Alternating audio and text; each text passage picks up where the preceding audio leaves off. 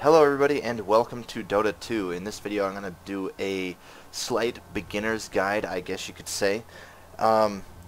This guide is going to assume that you already understand the basic objective and things like that of Dota 2 and MOBAs in general. So based on that, I'm going to start off with picking your hero. When you first go to the hero select screen when you start your first game, this is what you're going to see. And it's going to be this little scroll thing. You can use your scroll wheel to go back and forth through it. But I actually don't like this view myself. I find it harder to actually find the hero that you're looking for. So what you want to do is go to the grid view, which is down here. You can click it, or you can hit control and it will change it to grid view for you. And then you can look at all of them in their specific orders. Like on the left side here we have strength. In the middle we have agility. And on the right side there are intellect heroes. Now, when you first pick a hero, most agilities are going to be a carry, and you're going to be expected to do the damage and just carry the team, I guess. You're going to be expected to do a lot more on one of these heroes than you are going to be expected to do on a strength or an intellect. There are some intellects that are carries, like Outworld Destroyer is a carry, but a good intellect to pick to start out with would be Death's Prophet. But if you do that, you're going to be expected to select things, or not select things, but buy wards and know where to place them and know that sort of thing. So I wouldn't suggest picking an intellect support for your first game. For your first game, I would definitely go with a strength character. There are some strength characters that are very complicated and have high skill caps to play, such as Doombringer. You don't see a lot of him because he is actually hard to play. Same with Brewmaster. He's pretty difficult to play. Requires a lot of micro, along with a couple of other ones I'm not really going to go over. But a good one to start off with would be Axe, Earthshaker. What's another good one? Axe, Earthshaker, Nightstalker is pretty good, pretty easy to play. Sand King is pretty easy to play if you know how to use his abilities in the correct order. Spirit Breaker is easy to play. He's definitely a good one to start off with. And Skeleton King is also very easy to play. He's a good one to start off with. So for this game, we're going to go ahead and pick Skeleton King and play. Now, I took my time getting started, so the lanes have already been pushed out and the leveling has already started. But first thing I want to go over in the game is how to use the shop. You go ahead and left click this guy here to bring up the shop, and you'll see this, and it looks kind of confusing when you start out, but it's actually fairly easy to use. These are suggested items for beginning game. So what you probably want to do, a good build for just basically any strength hero, is just to go ahead and grab 2 tangos. It's not a recommended for this guy, but it is somewhere. Here it is, a stout shield. We'll go with a stout shield and 3 iron branches. This is just a really good base build for any strength hero. If you don't feel like actually looking up a build for your hero, that's just something good, easy, nice, well-rounded to start out with for any strength hero. So now when you want to buy an item, you can go ahead and right click on it and it puts it right here. Now I found Stout Shield by going through here. You can click through these, and that's under the basic tab. Upgrades are things that stuff like the Stout Shield will upgrade into, which would be a Poor Man Shield. Not all of these are going to be Stout Shield upgrades. This is upgrades from everything, and there are absolutely tons of items that you'll have to go through and learn and figure out yourself. But most of the good items that you're going to want to end up buying by the end of the game are going to be the recommended situational items. Things like Divine Rapier, I would not buy that. Only because, well, Skeleton King, I guess it's good because of your ultimate, but for your first game, I would not buy a Divine Rapier because when you die, you do drop it, and then you lost 6,200 gold, and the other team can pick it up. So, but that doesn't happen with all your items. You want to go ahead and for your first game, if you were playing Skeleton King, after you build your boots, I'd probably build a Heart of Teresk because it doesn't have an activate like Black King Bar does. Monkey King Bar is also good, but Heart of Teresk is probably a good item to buy. It's usually recommended for just about every strength character because it is so nice. It's 40 strength and 300 health with 2% health regen out of combat. It has basically, if you get this item, you're going to be extremely tanky, and it's going to be hard for you to die. But next thing we want to do is go over the difference between this shop and the other shops. While we're doing that, I'm going to go ahead and move myself out into the lane here. Let me get this situated. Oop. Okay, so the difference between the shops. Oop. I'll cleave your skull. Okay, now in each lane on the sides, the top, if you look down at the bottom mini-map, I'm moving my mouse over here, the bottom lane where I am going out right here, and the top lane up here where these guys are, there are shops in each one. Now these are side shops. There's a side shop here as well. Now you can't buy all the items from this side shop. It's a very limited amount. Like if you look here, these are actually the only items that you can buy from the side shop, right? So it's a very limited amount of items that you can buy, very early game items, but it's definitely a good thing to have out here, and if you can make use of it, definitely do so. I'm going to go ahead and show you guys how to buy things really quick. I don't have the gold to buy this yet, but I'm going to show you how this works. I'm not even at the shop, but I'm looking at it, so I can go ahead and click Power Treads, which is the boots I'm going to want to get on Skeleton King. Drag them over here to this little box and drop it. Now, what that does is you can go ahead and just, I don't have to be at the shop. I can be over here. I can be here in the middle lane. I can be anywhere on the map. And if I have the gold, I can right-click that, and it will buy the item for me. And what it's going to do is it's going to send it to my stash, which I'll show you here in a little bit after I get the gold for it. But it's going to send that item to my stash. So, now,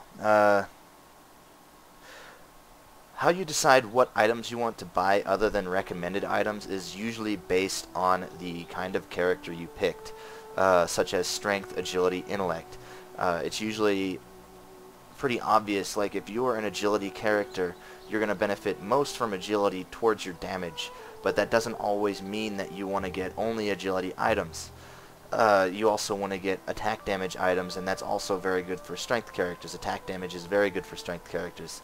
So, but basically you want to stick to items. If you're strength, you want to get strength items. If you're agility, you want to go for agility items, and intellect, you want to go for intellect items. But that's not always the case. Once you get a little bit deeper into the game and you start understanding a little bit more about things, you'll start picking that up and understand what items you need to buy over others. Even if you're a strength character, you may want to buy an agility item, or if you're agility, you may want to buy a strength item. It just really depends on the hero you're playing at the time, and the situation that you're in, the comp that you're going against. There's a lot of different factors that come into account. Now, next thing I want to go over is the importance of last hitting. Now, last hitting is what it's called when you get the last hit on a minion, not a hero. Now, you get about 45 to 50 gold per last hit on each minion here, which is going to be really, really nice because only it takes about 5 to 6 kills, and that equals the amount that you would get for killing a hero, an enemy hero. So it's almost more important to worry about getting last hits than it is about killing the heroes early on in the lane. Now, once you get a little bit more into the game and you start getting good with last hits, you're going to want to start focusing on last hitting and denying. You can last hit your own minions by pressing A and then clicking on the minion. It turns your mouse red like that, and you can attack your own minion, but it has to be at least 50% health or lower before you can do that. And you can last hit it denying the enemy heroes gold and XP. It doesn't deny 100% of the XP, but it does reduce the amount. So it's very important to be practicing this and getting into it. I would definitely suggest playing some bot games with just passive bots for a while and practicing that until you start getting it. And then move up to a little bit more difficult stuff like with easier bots. But bots, I don't like to use them for one reason, because it builds bad habits, because real people play nothing like bots. Bots are much better at coordinating their attacks and things like that, which you won't find with casual players in this game. You won't find that at all. Now, that said, it is definitely good to start out and learning at the very beginning, but it's not something I would suggest continuing on with. Now, the reason why it's so bad to die in Dota and why people get so frustrated when there's somebody feeding on their team, not only are you giving them 250 gold per death, that's just to the person that killed the person, not even counting assist gold. It depends on how many assists the people got and things like that.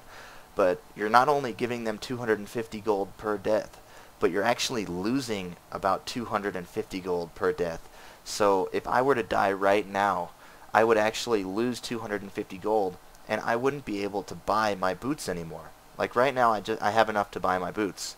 But if I were to die, I would no longer be able to buy those because I would have less gold.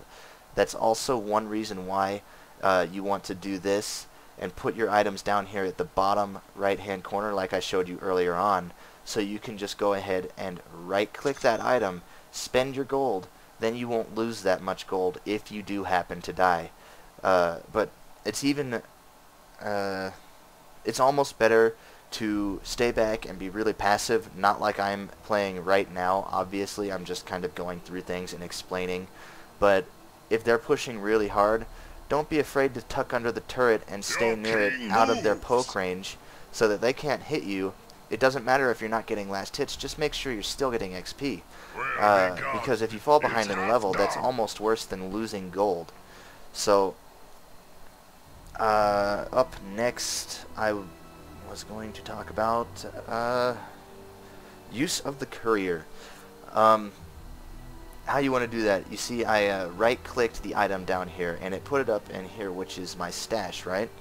Now, the Courier is running back at the moment. He is not flying, so I think I'm going to go ahead and upgrade it, which you don't want to do unless you're a support. Where is it? Here it is. Now, we have a flying Courier. So what I'm going to do is click on the Courier. Right? Now you can do all of this with hotkeys, so you don't actually even have to go back to the base and look at the Courier yourself. I'm not going to explain how to do that. That's something that you'll have to come about on your own and figure out as you play the game. It's just something that comes with experience. Now, what you want to do is, this is very simple. You click on the Courier, grab all. That's going to put it into the Courier stash or inventory. You go ahead and hit F, which is transfer items, and hit R if it's not on cooldown, which gives him a speed boost, and he's going to bring that item out to me. I'll wait here and show you guys what it does, or I'll run back to him. Oh, there we go. Okay, yes. Now click back onto my hero. I'm commanding my hero. I'm going to run over to this guy. He drops the item off to me, it goes right into my inventory, then I start benefiting from the boots immediately. And the Courier is going to go back without any command from me all the way to base and just sit right here. So you don't have to worry about it. You just hit grab all, F, R, forget. Now, sometimes you're depending on where you're positioned, because the enemy heroes can attack the Courier and kill it. That's not only bad because then you guys have to buy a new Courier, but it gives them each about 110 gold. The entire enemy team gets 110 gold each, which is awful. You don't want to be giving them any gold at all. Never cross me. So, yeah, you want to make sure that you're not dragging the Courier over specific areas. Like if I were up here, for example, the Courier would go right over here into a bad area, and I wouldn't want to do that. That's not to say that it wouldn't be a bad idea, but if I were up there for whatever reason, it'd be a bad idea to go ahead and let the Courier come to me. I'd want to move back a little bit.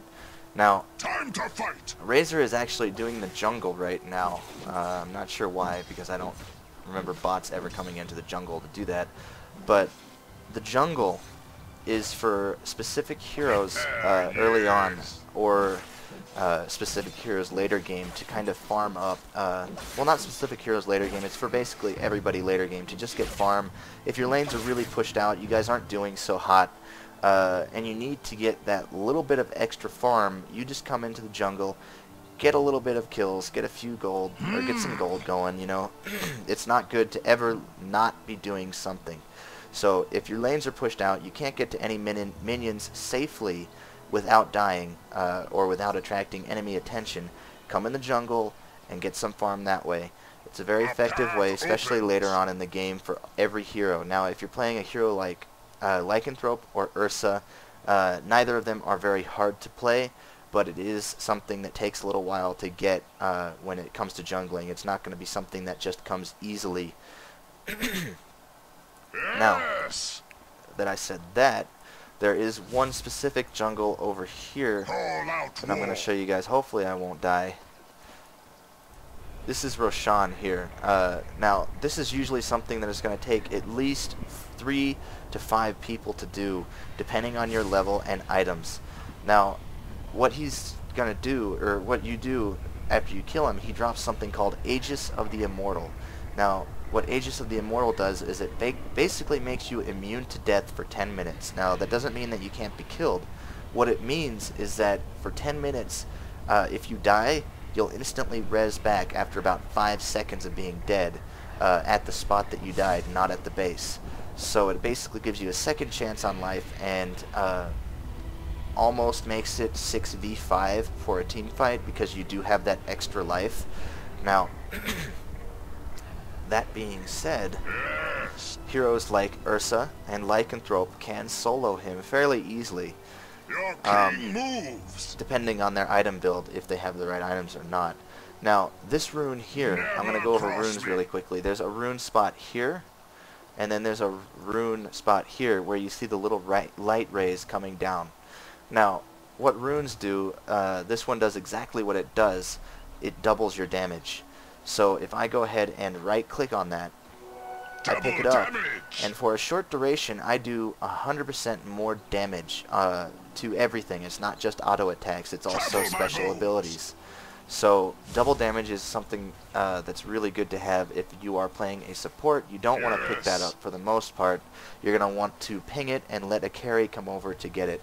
Now, pinging. How you do that is you press Alt and click. You can click specifically on the ground. Your top tower is under attack. Wherever you want your teammates to go, or notify them of something that is there.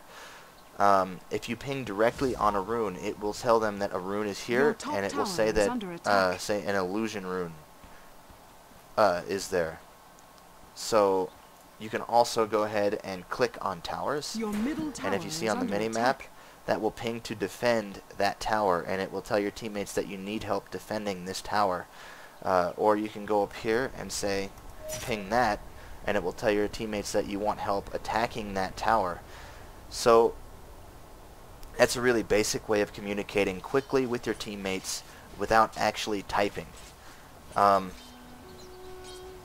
Now, that's basically all I really have to go over. That's quite a lot to take in all at once. I understand that. It is a lot to really pick up, and it's something that's it'll come to you with time. It's not something that comes easily to a lot of people. So just get in there and practice. If people are being mean to you, just ignore them. Put them on ignore. Report them. Don't worry about people being mean. Don't be afraid to go in and play against other players. Just go in there and do it and learn the game, because that's the only way you're going to be able to learn everything. You can only pick up so much from a guide like this and actually learn and put it into action. This is just a basic thing to help you get started. It's not something that's going to make you a great player. What makes you a great player is getting in there and actually practicing. So, with that said, I hope this guide helped you guys, and I will see you later.